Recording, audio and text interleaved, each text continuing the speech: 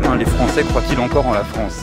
Oui, c'est une phrase qui revenait sans cesse chez le général de Gaulle. Les Français croient-ils encore en la France, demandait-il à Malraux. Et si de Gaulle a décidé de quitter le pouvoir après l'échec de son référendum, Xavier, c'est, expliquait-il, parce qu'il avait la certitude que les Français ne croyaient plus en la France. La crise des Gilets jaunes restera probablement comme une étape supplémentaire dans l'histoire de cette incroyance. Le peuple ne croit plus en ses gouvernants, les gouvernants ne croient plus dans ce peuple, chacun a peur de tout le monde, le pouvoir est effrayé, et c'est cela qui est effrayant. Pourtant, personne ou presque ne veut changer de système. La plupart des Français se contentent juste de vouloir changer de voiture, de vouloir vivre dignement.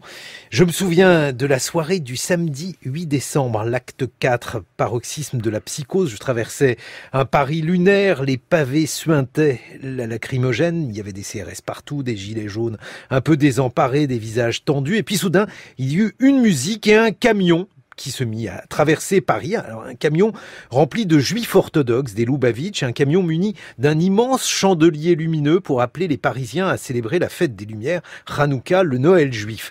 Et c'est cela, avoir la foi, sortir dans une ville que l'on dit à feu et à sang parce qu'on est mystique.